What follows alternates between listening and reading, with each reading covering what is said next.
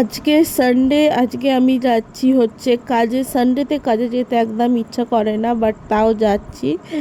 তো এটা আমার কাজের থার্ড দিন বলতে পারো তোমরা। কারণ যেদিন আমি ইন্টারভিউ দিতে এসেছিলাম সেদিন থেকেই আমি কাজ স্টার্ট করে দিয়েছিলাম। সো যাই হোক, কাজে যাচ্ছি এই গরমেতে, পুরো ঘেমে চান করে যাচ্ছি আমি।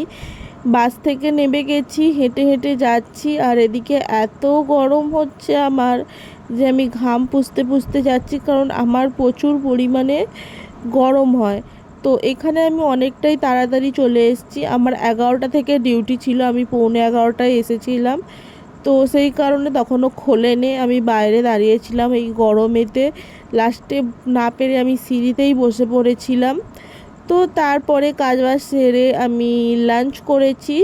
লাঞ্চ করে এখন একটু একা ছিলাম বলে আমি ভিডিওতে দেখাচ্ছিলাম তোমাদেরকে যে আমি কোথায় কাজ করি, কিসের কাজ করি। আমি একটা ব্লাউজের ম্যানুফ্যাকচারিংয়ের এতে কাজ করি। তো এখানে প্রচুর ব্লাউজ, প্রচুর ব্লাউজ, যেদিকেই চোখ যাবে সেদিকেই ব্লাউজ আর ব্লাউজ।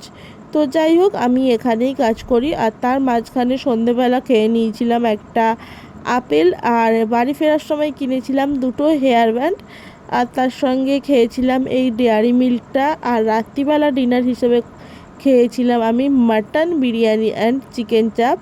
তো চিকেন খাই না, তাও ট্রাই করে দেখলাম কেমন খেতে।